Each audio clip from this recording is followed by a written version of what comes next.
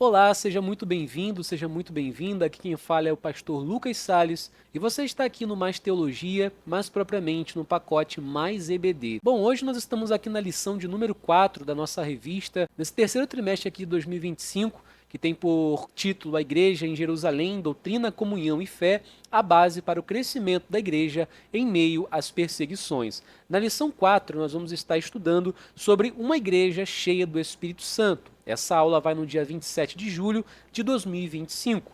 Vamos à leitura bíblica em classe, que se encontra no livro de Atos, capítulo 4, versículo 24 ao versículo 31, que diz assim: E ouvindo eles isto, unânimes, levantaram a voz a Deus e disseram: Senhor, tu és o Deus que fizeste o céu e a terra e o mar e tudo o que neles há, que disseste pela boca de Davi, teu servo, porque bramaram os gentios e os povos pensaram coisas vãs.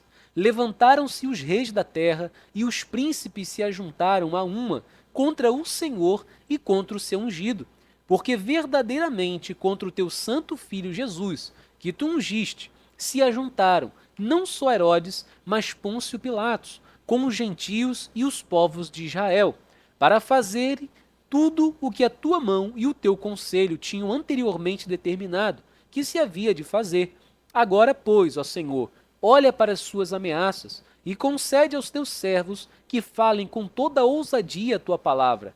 E enquanto estendes a tua mão para curar e para que se façam sinais e prodígios pelo nome de teu santo filho Jesus. E tendo orado, moveu-se o lugar em que estavam reunidos, e todos foram cheios do Espírito Santo e anunciavam com ousadia a palavra do Senhor. Vamos ao texto áureo e verdade prática. O texto áureo diz: E tendo orado, moveu-se o lugar em que estavam reunidos, e todos foram cheios do Espírito Santo e anunciavam com ousadia a palavra de Deus. Atos capítulo 4, versículo 31. A verdade prática diz o seguinte: uma igreja cheia do Espírito Santo suporta aflições, ora com poder e ousa no testemunho cristão. Amém? Glória a Deus. Irmãos, a lição de número 4, ela vem trazendo uma apresentação muito linda aqui sobre uma igreja que é cheia do Espírito Santo. Nós temos algumas características, né, para que uma igreja ela venha realmente sobreviver nesse mundo. Nós vivemos realmente em tempos muito apertados, mas não devemos realmente nos esquecer que a igreja primitiva também passou por esses dias, por esses momentos de provação, e não eram provações talvez no campo ideológico, filosófico, né, espiritual somente, mas era também na carne, porque os apóstolos realmente apanhavam, eles foram mortos, martirizados, muitos deles ali, né, por conta da pregação do evangelho do Senhor. E hoje nós temos talvez, né, é claro que em países, né, que são fechados ali, nas janelas, né, missiológicas ali que são mais fechadas ao evangelho, tem missionários nesse momento aqui sofrendo, perdendo a sua vida, entregando tudo por amor ao Senhor.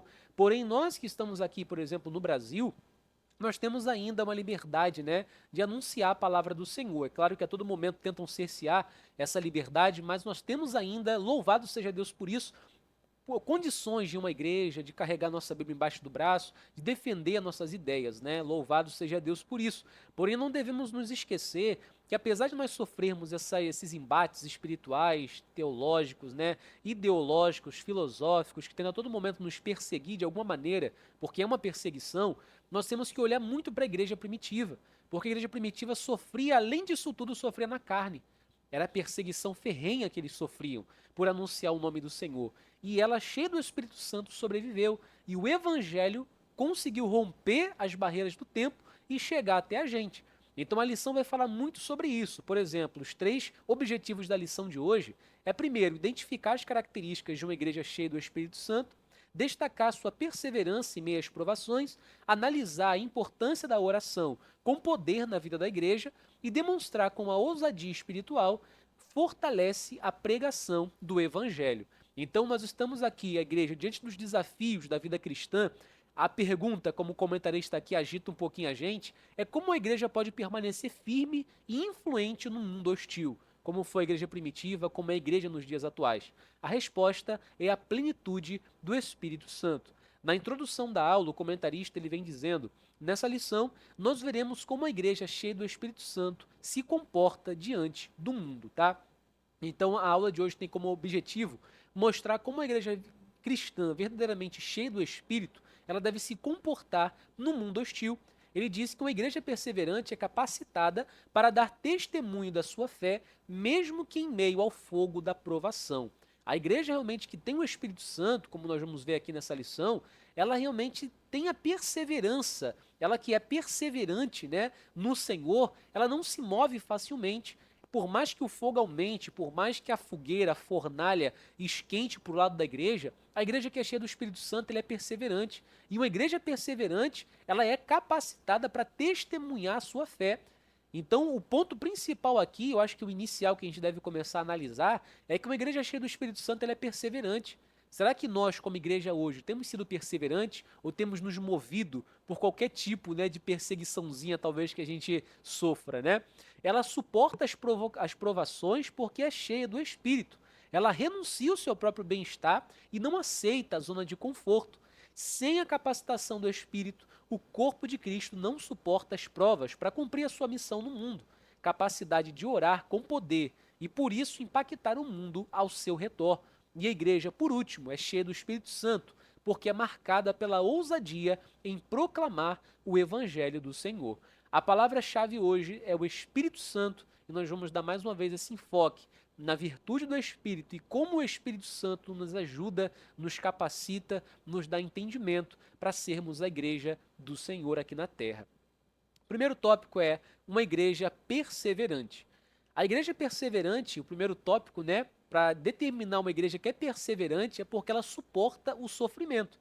Então nós vemos aqui o comentarista dizendo que após a sua pregação junto à Porta Formosa, Pedro e João são levados presos. Então na lição passada nós paramos ali quando eles fitam os olhos naquele paralítico, né? E ele recobra os seus movimentos. E quando aquele milagre acontece, uma grande multidão se aglutina em volta daquele lugar e eles começam a olhar para Pedro e para João ali, achando que o milagre foi por eles. E Pedro já toma a frente ali e fala: ó, isso aqui não foi a gente que fez. Toda a glória que aconteceu aqui foi Jesus. E ali ele anuncia o evangelho do Senhor. Falamos um pouquinho sobre a pregação do evangelho na lição passada.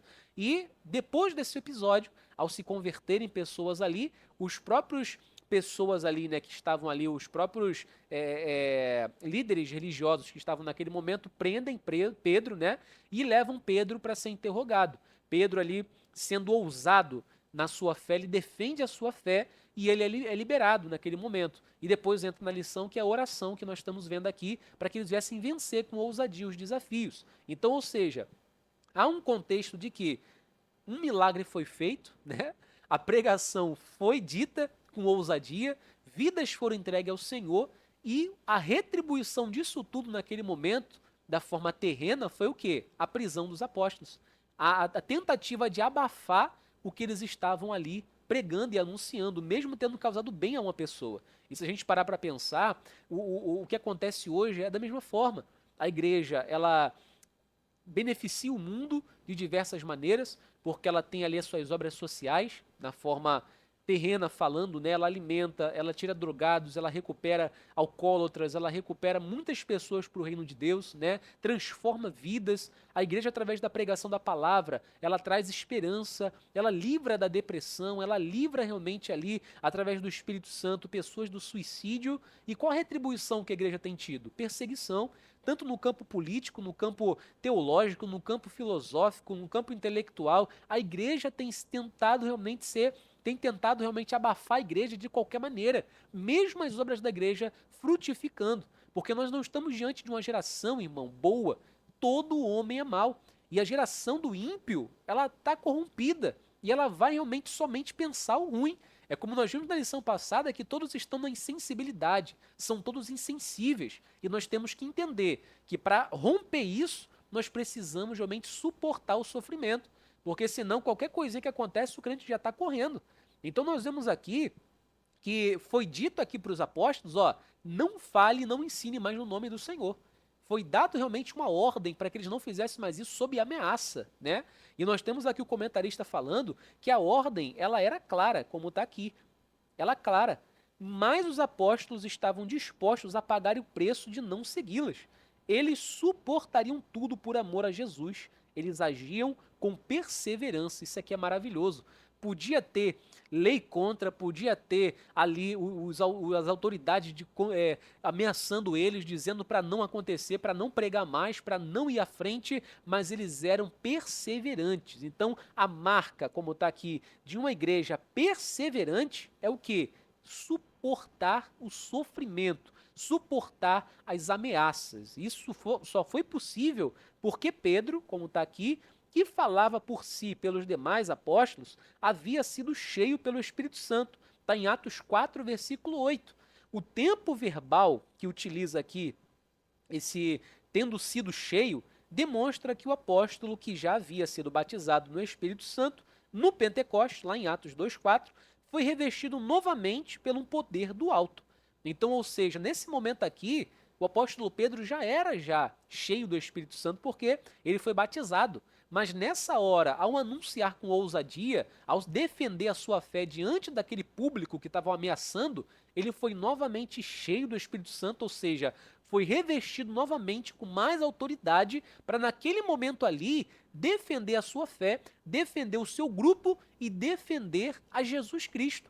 Então, naquela hora, nós vemos realmente que a igreja do Senhor, ela vivia continuamente cheia do Espírito Santo. E é isso realmente que fazia eles suportarem as provas, as dificuldades, o sofrimento, as dores, muitas vezes na carne, porque os cristãos eram lançados em coliseus para ser comido vivo por leões, muitos deles queimados vivos, tendo sua família, seus filhos mortos à sua frente, irmão. Não foi pouca coisa que a igreja primitiva passou, não é pouca coisa que hoje missionários lá fora passam também, e nós devemos despertar para entender que a igreja perseverante, a igreja que é cheia do Espírito Santo, ela não pode se mover por causa do sofrimento, ela precisa transformar o sofrimento em mais vontade de fazer a obra do Senhor.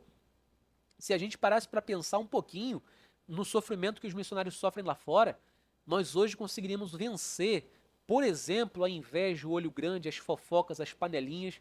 Hoje, qualquer coisa que acontece na igreja é motivo do crente deixar a igreja, do crente não falar mais com fulano, com cicrano, por causa de uma conversinha que viu, de um olhar torto. Meu irmão, isso a gente comparando o que a igreja primitiva passou, o que missionários lá fora passam, e as pessoas muitas vezes chamam isso de sofrimento. Eu estou sofrendo, porque de certo que causa um sofrimento, mas é uma coisa ínfima, comparado, entenda o que eu estou falando, comparado com o que estão sofrendo lá fora e com o que a igreja primitiva sofreu. E a igreja primitiva sofreu na carne, morreu, muitos foram martirizados, mas o evangelho está aqui sendo pregado hoje pela minha boca, pela tua boca.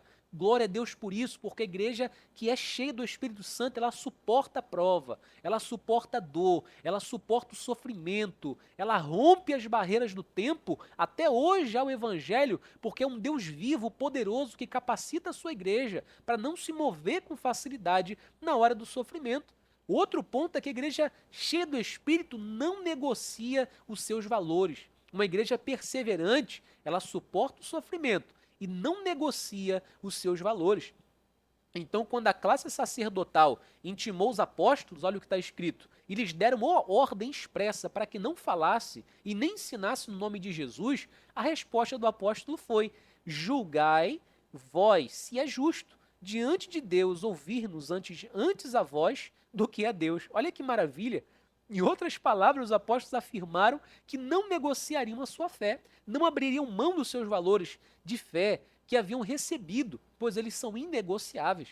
Uma das marcas de uma igreja que perdeu ou está perdendo o poder do Espírito é a sua aceitação de princípios, práticas que afrontam as Escrituras. Então, os sacerdotes, na mesma hora, falaram: ó, não prega mais sobre Jesus, não quero mais ouvir, porque senão vocês vão sofrer a pena da lei. Vocês vão ser julgados, vocês vão ser apedrejados. Ameaçaram de toda sorte aqueles homens. Mas a resposta que ouviram da boca deles foi a seguinte: julgai vós se é justo diante de Deus a gente ouvir vocês antes de ouvir Deus.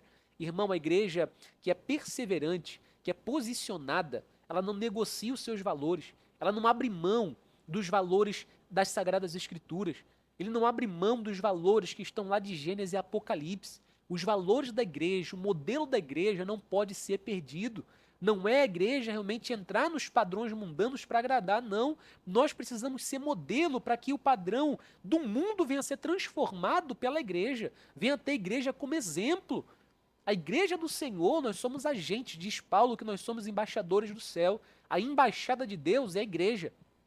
De modo que o mundo ele precisa olhar para essa embaixada e ver o modelo do céu personificado aqui embaixo.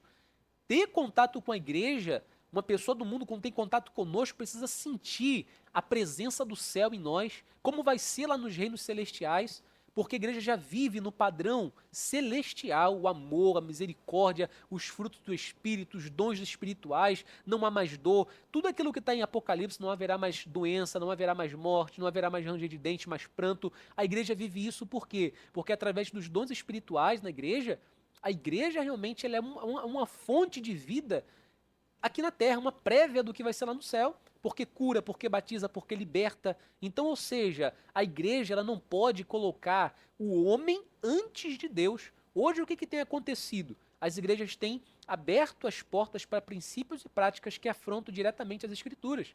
Hoje pode tudo, o que era errado não é mais errado, é certo. Nada realmente mais pode ferir o homem. Tudo aquilo que fere o homem é anátema. Quando a palavra de Deus diz que tudo que for contra Jesus seja anátema. Então, ou seja, nós vivemos num tempo em que a igreja tem flertado, negociado com os valores do mundo. Então a gente não pode abrir mão da fé que nós recebemos, meu irmão. Nós não podemos realmente deixar levar pelas falácias do mundo. Veja se Daniel, quando entrou lá na Babilônia, ele se tornou como um babilônio. Não, ele permaneceu fixo na sua fé. Veja se José entrou no padrão egípcio para ser aceito. Não, ele permaneceu sendo o judeu que ele era. E até no final ele foi provado o seu desejo ali, porque ele podia ter se vingado dos seus irmãos, mas não fez. Então nós vemos realmente, irmão, que o padrão bíblico é esse. Você pode estar onde for, mas você é igreja de Deus. E a igreja de Deus não negocia os seus valores. A resposta aqui de Pedro e de João foi maravilhosa.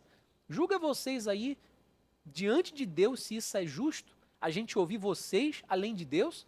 A gente ouvir primeiro vocês do que Deus?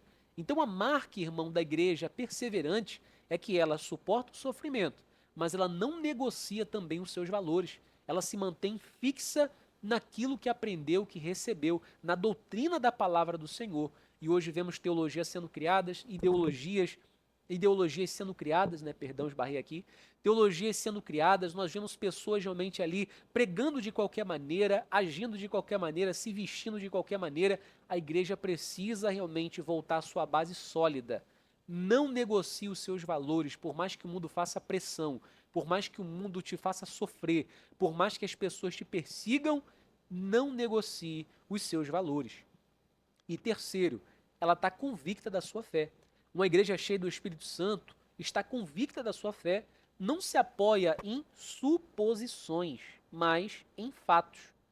Os primeiros cristãos não apenas ouviam sobre Deus, mas também testemunharam as suas obras. Quando Filipe pregou em Samaria, os samaritanos se convenceram, porque ouviam e viam os sinais que Filipe fazia. Então a igreja que é cheia do Espírito Santo, ela não apenas proclama a palavra, mas também manifesta a obra de Deus. E em Lucas 24:19 diz que Jesus foi poderoso tanto em palavra quanto em obra. Então não adianta a igreja querer só falar se ela não demonstrar de fato e de verdade a sua fé. A igreja precisa ter obra. A igreja precisa mostrar que a pessoa, quando entra ali e se inclui naquele grupo, ela vai receber transformação, assim como os demais estão ali. Agora, se eu entro na igreja e eu vejo um povo maltratado, um povo cabisbaixo, um povo depressivo, um povo que está ali sendo massacrado pelo diabo e não está reagindo, eu vou querer entrar numa igreja dessa? Há pessoas que vão evangelizar pessoas e vão evangelizar com aquela cara de tristeza. Muitas vezes contam até suas derrotas, suas dificuldades. E ao invés de evangelizar, afasta a pessoa. Por que quem vai querer um Jesus que faça isso? Então a gente, quando apresenta o Senhor Jesus, nós precisamos reagir como igreja. E a igreja aqui que suporta o sofrimento, que é perseverante nos seus valores, ela é forte, ela suporta. Ela não vai estar choramingando, ela vai estar orando a Deus para que venha ter capacidade de vencer aquela dificuldade. Ela vai para cima do inimigo, ela vai para cima realmente da perseguição e ela se faz ser provada pelo fogo, mas não abre mão dos seus valores. Essa igreja, ela está convicta da sua fé. Ela demonstra pela sua ação que não está desanimada, que não está cabisbaixa, mas que está o quê? Rompendo em fé. E é isso que o mundo precisa olhar em nós. O povo não tem que ver um povo mirrado, sofrido. Não, irmão. O mundo tem que olhar para a igreja e ver um povo saudável, um povo convicto, um povo que cresce em obra, que há cura, que há libertação, que há os dons sendo ministrados, irmão. A igreja não vive somente em suposições. A igreja precisa viver em fatos. Ela tem que ser tão convicta da sua fé que ela vive para mostrar para o mundo que ali tem um Deus poderoso, que ainda tem a solução para os problemas da humanidade. Então, fechando o primeiro tópico, uma igreja perseverante é aquela que persevera na fé, nas perseguições, no sofrimento. É a igreja que é firme nos seus valores e não abre mão. E apesar de tudo, é a igreja que, apesar dos problemas, das dificuldades, ela continua gerando e testemunhando a sua fé. Tem um auxílio biobiológico aqui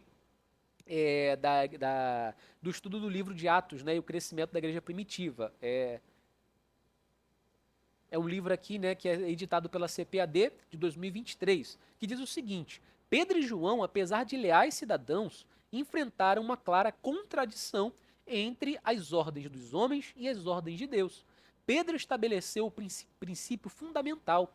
Quando obedecer aos homens significa desobedecer a Deus, o crente deve optar por Deus, e os sacerdotes irritados não ousaram puni-los por causa do povo, liberando-os por medo, não por justiça. Então, essa máxima aqui, Pedro, né, cheio do Espírito Santo, ele vai realmente nos dar que quando a gente depender para obedecer os homens, isso significar desobedecer a Deus, o crente deve optar por Deus. Então, por mais que gere a irritação do homem, por mais que gere a perseguição, quando nossa fé é confrontada de tal maneira que para a gente cair numa aceitação pública, digamos assim, nós precisamos abrir mão de alguns valores, nós precisamos não fazer isso. Nós temos que manter nossos valores e desagradar o homem, porque melhor desagradar o homem, vai por mim, do que desagradar a Deus. E isso está em toda a Bíblia, né, expresso de forma prática. Então, meu irmão, se para ser incluso num grupo, se para você fazer parte de um grupo, ser iniciado em algum lugar, você tem que abrir mão dos teus valores cristãos, abrir mão da palavra, fazer alguma coisa ou falar alguma coisa que é contrária, opte por Deus, porque não sei o que vai acontecer, que fato vai ser tomado, mas quando você mostra, né, justo diante de Deus, ele justifica você, como foi o caso dos apóstolos. Terminaram sendo soltos, porque Deus age dessa forma. Ele quer de nós o que? A fidelidade, tá? Então, uma igreja que ora com poder. A igreja que é cheia do Espírito Santo, ela é perseverante, mas ela também ora com poder. Por exemplo, a oração específica, né? Nós vemos aqui no capítulo 4, versículo 24 ao 30, que nós lemos na leitura bíblica em classe, que os apóstolos e os crentes oraram para que Deus seja glorificado por meio de um evangelismo de poder. Então, há uma oração específica na boca daquela igreja. E não somente isso, mas havia clareza de objetivo. Eles oraram com um propósito e por isso foram específicos. Não foi uma oração vaga, né? Então, ou seja, a igreja de Cristo, ela que é cheia do Espírito Santo, ela tem uma oração com propósito. A igreja se reúne e deve se reunir. Infelizmente, nós não temos visto, né, os círculos de orações trabalhando como trabalhavam. Aqui na minha igreja, eu prezo muito por isso. Quando a gente iniciou, eu falei, olha, inspirado pelo Espírito Santo, não por mim, mas a gente precisa realmente ter o nosso círculo de oração. Irmãs que dobram o seu joelho e que vinham à igreja só para orar, em cima de um objetivo. E isso é feito, irmão. E Deus dá vitória a essa igreja a cada dia. Nós temos realmente ali ajuda de todos os lados, porque o Senhor realmente ele trata, ele cura, ele nos dá libertação, sabe? A gente vê o poder de Deus sendo manifesto, por quê? Porque é uma oração clara de objetivo, uma oração específica. Quando precisamos realmente tomar alguma decisão, ou quando precisamos adquirir algo novo, ou até mesmo uma obra, uma melhoria, isso é objetivo de oração. E quando a oração objetiva não é vaga, a igreja do Senhor avança. A glorificação de Deus, por exemplo, nela, eles oraram para que Deus exercesse a sua soberania e agisse por meio deles, dando-lhe poder para testemunhar no Senhor. Então, ou seja, havia um propósito na oração. Que propósito era esse? Senhor, queremos ser cheios de autoridade para pregar a tua palavra e fazer a obra. É claro. E naquele momento ali, Deus atendeu a oração, por quê? Porque ele estava sendo glorificado naquela oração. E não obstante disso, a oração em unidade, isso é muito importante. Porque em Atos 4, 24 é esse texto. E ouvindo eles isto, unânimes, levantaram a voz a Deus. Então o comentarista vai dizer que essa palavra unânime no grego, ela vem com um sentido que significa que um grupo de pessoas agindo com o mesmo propósito em total harmonia.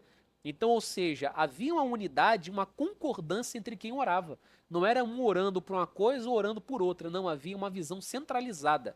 Havia realmente uma unanimidade de propósito e de visão naquela hora. Então, uma igreja que é cheia pelo Espírito Santo, ela é unida. Então, ou seja, ela sabe respeitar as diferenças e entender que unidade não significa que todos são iguais. No meio da igreja, há crentes mais experientes, como o comentarista diz aqui, e outros que estão aprendendo. Há aqueles que são maduros na fé e os que ainda estão amadurecendo na caminhada. Mas nada disso impede que a igreja se una em oração buscando a Deus. Então hoje o inimigo tem trabalhado muito na divisão das igrejas, porque sabe que uma igreja que não é unida, que não é unânime, é facilmente uma presa para ele. Ele consegue desviar um dos outros, criar confusão e não precisa mais tirar a pessoa da igreja para tirar a salvação daquela pessoa. Hoje o inimigo dentro das igrejas, ele já está implantando ali a visão dele de desunião, de problema, de desarmonia, e naquela mesma igreja ali a pessoa sem nem sair, ela já perde a salvação ali dentro. O inimigo tem as estratégias dele de trabalhar. Então, uma igreja que é cheia do Espírito Santo, ela não só ora com objetivo, mas todos que estão orando estão em unidade, focando a mesma visão e a mesma obra. Hoje, irmão, nós vivemos, como Paulo vai dizer, que em Jesus não há livre, não há judeu, não há escravo, não há senhor, todos estão no corpo de Cristo, não há diferença alguma entre nós. Nós temos nossas diferenças culturais, raciais, nós temos nossas diferenças, enfim, filosóficas, talvez até mesmo culturais, né? Porém, nós temos que entender que para o bem maior, que é a obra do Senhor, nós como corpo de Cristo precisamos complementar um ao outro. Um fato, né, uma ilustração que eu gosto muito de usar, é que os porcos espinhos, né, quando faz muito frio, se eles não se unirem, eles morrem no frio. E como é que deve ser para um porco espinho se unir ao outro irmão que está aqui do lado, se aqueles espinhos ali espetam eles? Mas é mais importante para eles ali não morrer no frio e se aquecer do que se importar com as cutucadinhas, com os espinhos dos outros irmãos que está ferindo ele. Eles preferem mais se unir, mesmo tendo aquelas diferenças ali, os espinhos machucando, do que ficar fora da união e morrer de frio. A mesma coisa a igreja do Senhor. Temos uns que às vezes nos espetam, que às vezes nos olham errado, mas temos que procurar a todo momento, como igreja, a unidade, o perdão, a conversa, o diálogo, o estreitamento de relacionamentos, porque a igreja do Senhor não vive, não sobrevive se não for unida. Outro ponto, a igreja que ora fundamentada na palavra. Havia realmente na oração aqui do capítulo 4 de Atos uma base bíblica, como a gente vê em Atos 4:25, que disseste pela boca de Davi, teu servo, porque bramam as gentes e os povos pensaram coisas vãs, né? Tem Atos 4:25. Então não basta a gente orar. A oração, para ser eficaz, ela precisa ter como base a palavra de Deus. Ou seja, um Deus, como está até em Jeremias capítulo 1, versículo 12, que vela para cumprir a sua palavra, ele não vai atender uma oração que está totalmente oposta da sua palavra, da sua revelação.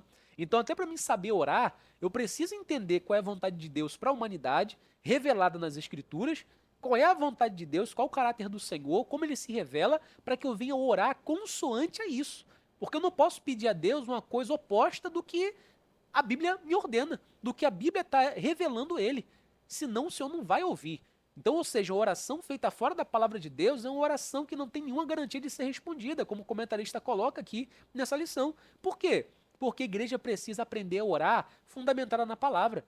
Aqui nesse momento eles falam do Senhor, como o Senhor falou pela boca de Davi, porque bramam as gentes e os povos pensam coisas vãs, ou seja, eles usam a Bíblia como base de fundamentação para que a sua oração seja embasada e ouvida por Deus. Irmão, isso é maravilhoso. Jesus, ele vence a sua tentação ali, quando o diabo está tentando ele, somente através de quê? Da palavra. Ah, transforma essas pedras em pães e come. Está escrito, nem só de pão viverá o homem. Ó, se lança daqui, está escrito. Não tentarás o Senhor teu Deus. Não, mas você vai ser adorado, está escrito, só a Deus da glória. Jesus, ele vence só com a palavra. E a oração do crente, ela precisa ser fundamentada na palavra. A igreja eficaz, a igreja cheia do Espírito Santo, é aquela que na pregação ela vive a palavra e é centrada em Cristo, e na sua oração não tem que ser diferente. Ela tem que ser uma oração consoante à palavra. Ela tem que ser uma oração fundamentada na palavra de Deus, tá? E nós temos aqui o último tópico da nossa lição, que é uma igreja ousada no seu testemunho, tá? Os crentes oraram conscientes dos obstáculos que estavam enfrentando. Olha para as suas ameaças, tá aqui, ó, né? Já foi dito que uma igreja cheia do Espírito é uma igreja perseverante. Ela suporta a oposição e o sofrimento por causa do Evangelho. Mas deve ser destacado que uma igreja verdadeiramente bíblica sofre rejeição e oposição. Então, a igreja realmente que é ousada no seu testemunho, ela precisa entender que ela vai causar oposição. A igreja, ela jamais, irmão, ela vai agradar o mundo. A igreja jamais vai ser abraçada pelo mundo, porque no dia que isso acontecer, tem alguma coisa errada com essa igreja. A igreja que for abraçada e aceita pelo mundo, né, tem alguma coisa errada, porque ela não está confrontando. Ela está, de alguma maneira ali, vinculada e abrindo seus valores para abraçar e ser abraçada pelo mundo. Porque aqui nesse momento, os crentes, quando oravam, eles estavam conscientes do que eles iam passar. Eles não estavam ali enganados. Jesus mesmo já tinha preparado, ó, no mundo tereis aflições, mas tem bom ânimo, porque eu venci. Mas Jesus não disse que ia ser um mar de rosas, que ia ser uma maravilha, que ia ser rede de água de coco na praia, não. Jesus falou que ia ter aflição e eles não tinham nenhum tipo de pensamento na cabeça dele de que ia ser fácil. Isso se revela no versículo 29 de Atos 4. Olha para as suas ameaças, Senhor, olha para a ameaça deles aí. Eles já sabiam já do que iam enfrentar e do que estavam enfrentando. 2 Timóteo, capítulo 3, verso 12, olha o que Paulo fala. E, na verdade, todos os que querem viver piamente em Cristo Jesus padecerão perseguições. Então, o que está acontecendo com a igreja hoje? Muitas igrejas estão sendo abraçadas pelo mundo. Estão saindo na mídia, dando as mãos aí para redes de televisão e aparecendo na mídia, sendo divulgadas, sendo aplaudidas pelo mundo. Alguma coisa me parece estranha nisso. Alguma coisa me parece estranha. É abrindo realmente os seus canais ali de comunicação, não para pregar o evangelho verdadeiro que confronta o pecado, não. Eles querem fazer um carinho na humanidade, dizendo que o homem está certo, que está certo as diversidades, as coisas têm que ser atualizadas e, pelo amor de Deus, essa igreja já perdeu o seu caráter há muito tempo. Essa igreja já perdeu o Espírito Santo há muito tempo, já não habita no meio dessa igreja, porque o cerne é esse, 2 Timóteo 3,12. Quem viver piamente em Cristo Jesus padecerá perseguição. Não é por mim e por você, mas é pelo nome que a gente carrega. Porque o diabo, o Satanás, o desejo dele é destruir tudo aquilo que é de Deus. E se eu vivo com Deus, ele vai usar os dele para me perseguir. Então, uma igreja que procura se ajustar à agenda do Estado perdeu a sua autoridade espiritual e a sua legitimidade bíblica. Então, não há nenhum tipo de consonância com o mundo e com a igreja. Não tem como ter esse abraçar, não tem. A igreja tem que ser modelo e quem do mundo quiser passar para a igreja, se converta para Jesus, seja batizado, se arrependa dos seus pecados, receba o Espírito Santo e vem. Agora muda, porque a igreja não pode abraçar e se ajustar à agenda do Estado. Hoje nós vemos política misturada dentro da igreja, político subindo no altar, político tomando a tribuna ali. Irmão, isso é horrível, isso é uma igreja que já perdeu os seus valores, que não tem mais ousadia para enfrentar a oposição do evangelho, já estamos acuados já, mas a igreja verdadeira, ela sabe que vai ser perseguida e sabe que quando é perseguida, está no caminho certo, não está no caminho errado. Outro, a ousadia no exercício dos dons espirituais. Em Atos 4,31, o que Lucas fala? Que foram cheios do Espírito Santo. Então, nesse ensinamento aqui, como o comentarista fala, o enchimento do Espírito está diretamente relacionado à prática dos dons espirituais na igreja.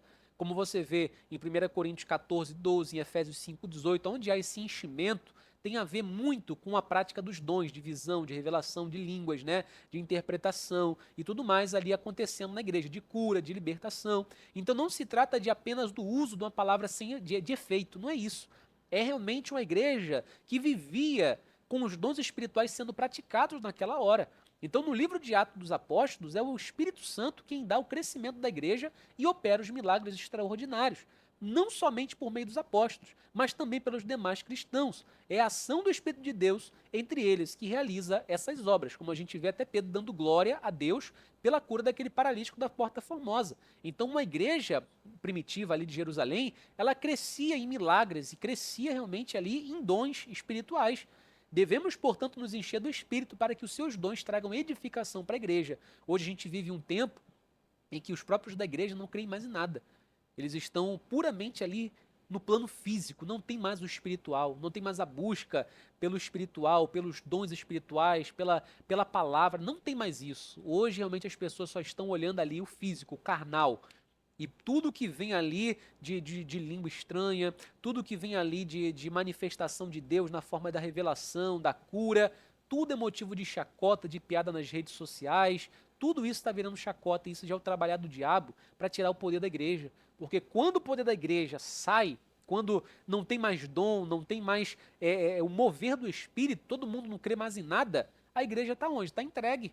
Porque não tem mais o movimentar dos dons. Então, ou seja, a igreja precisa ser ousada no exercício dos dons. A igreja não pode se envergonhar de falar em línguas. Vai ser zoado, vai ser escarnecido, mas não pode realmente. Ah, mas que vergonha, eu não posso falar em língua porque senão vão rir de mim. Ah, porque não pode saber que eu tenho o dom do Espírito Santo porque eles vão rir de mim, irmão. Não quero nem saber porque meu compromisso não é com o mundo, meu compromisso não é com um coleguinha de escola, de trabalho, não. Eu tenho ousadia de dizer, eu falo em língua. Eu sou batizado no Espírito Santo porque eu sou usado, eu sou a igreja de Cristo e eu tenho o exercício dos dons espirituais na minha igreja. Eu vivencio isso porque eu sou ferramenta nas mãos do Espírito Santo para a edificação da minha igreja. E o último ponto, a igreja ela tem ousadia na exposição da palavra. As escrituras dizem que após a oração da igreja, todos foram cheios do Espírito Santo e anunciavam com ousadia a palavra de Deus. E é interessante que a palavra ousadia nesse texto, ela aparece, por exemplo, em Atos 4,13, para se referir à coragem de Pedro e João quando foram interrogados pelos anciãos e escribas. O cristão cheio do Espírito Santo se torna corajoso em sua vida cristã e prega a palavra com poder. Então a palavra de Deus ela deve ser pregada com ousadia. O reflexo é esse, foram cheios do Espírito Santo e anunciaram com ousadia a palavra de Deus. Não devemos, irmão, nos envergonhar de quem nós somos, das nossas raízes. Não devemos nos envergonhar de pregar a palavra de Deus no nosso ambiente de trabalho, de ser quem nós somos como igreja, porque nós precisamos nos orgulhar de fazer parte desse corpo de Cristo. A igreja cheia do Espírito Santo não é aquela que se envergonha, é aquela que vive com ousadia a sua vida e de cabeça erguida, sem ter o que se preocupar, sem ter o que explicar para o mundo.